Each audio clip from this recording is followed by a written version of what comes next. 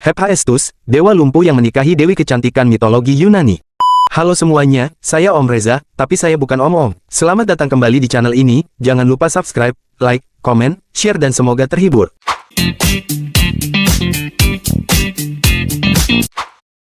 Hephaestus, dewa lumpuh yang menikahi dewi kecantikan mitologi Yunani. Hephaestus adalah nama yang jarang disebut ketika sedang membicarakan dewa-dewa mitologi Yunani.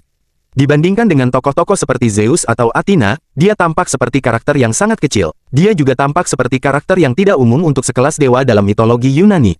Sementara sebagian besar dewa dikenal karena kecantikan dan kekuatan mereka, Hephaestus lebih dikenal karena tidak memiliki hal-hal tersebut. Digambarkan sebagai sosok yang lumpuh, ia biasanya muncul dalam seni sebagai sosok yang bungkuk, cacat, dan tidak menarik. Hephaestus, yang dikenal sebagai Vulkan bagi orang Romawi, tidak benar-benar menonjol di antara rekan-rekan olimpiannya dalam seni maupun dalam mitologi yang mengelilinginya, tulis Mike Greenberg, pada laman Mythology Source. Meskipun demikian, Hephaestus berhasil menikahi dewi yang paling diidealkan. Kisah Hephaestus dalam mitologi Yunani, sama menakjubkannya dengan benda-benda yang ia ciptakan. Penciptaan Hephaestus mitologi Yunani, dalam beberapa kisah, Hephaestus dianggap sebagai anak Zeus.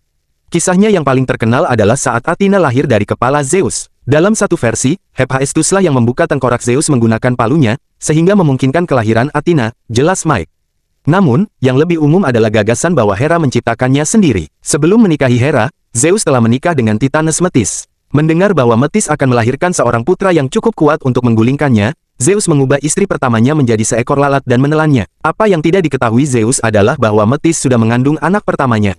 Beberapa bulan kemudian, sakit kepala yang sangat menyiksa mulai mengganggu Zeus. Karena putus asa, dia memerintahkan agar kepalanya dibelah. Ketika dia melakukannya, Athena muncul dalam bentuk sempurna dan mengenakan baju besi. Ceritanya, Hera cemburu pada anak baru suaminya.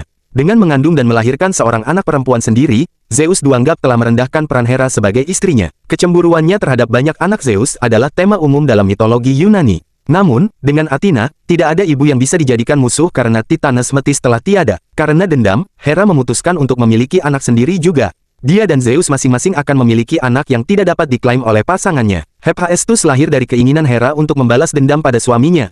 Namun segera terlihat bahwa kelahirannya tidak seperti Athena. Alih-alih menjadi dewa yang terbentuk sempurna seperti yang diciptakan Zeus, Mike menjelaskan, Hera justru melahirkan seorang putra yang cacat.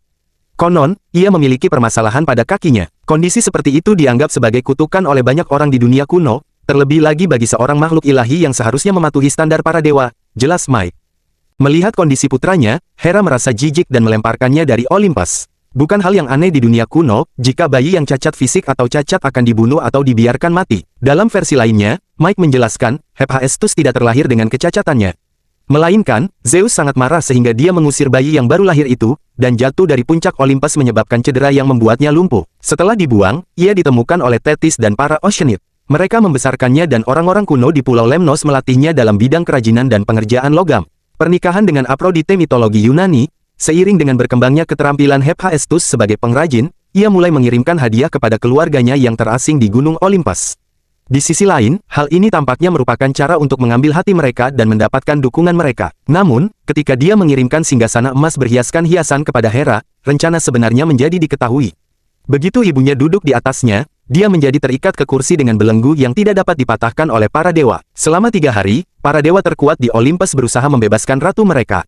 Namun, setiap kali dia melawan ikatannya, ikatan itu semakin kuat. Hera tidak bisa bergerak, tidur, atau bahkan makan. Hanya sang pandai besi yang mengetahui rahasia untuk melepaskan ikatan tahta itu. Namun Zeus tahu bahwa ia tidak akan membebaskan Hera dengan sukarela. Dia menyatakan bahwa dewa manapun yang dapat membawa Hephaestus kembali ke Gunung Olympus dan membebaskan Hera akan mendapatkan hak untuk menikahi Aphrodite, jelas Mike. Hera yakin bahwa kekasihnya, Ares, sang dewa perang, akan dengan mudah mengalahkan pandai besi lumpuh yang dibesarkan di bumi. Meskipun dia gagah berani, faktanya Ares kalah dalam pertarungan itu.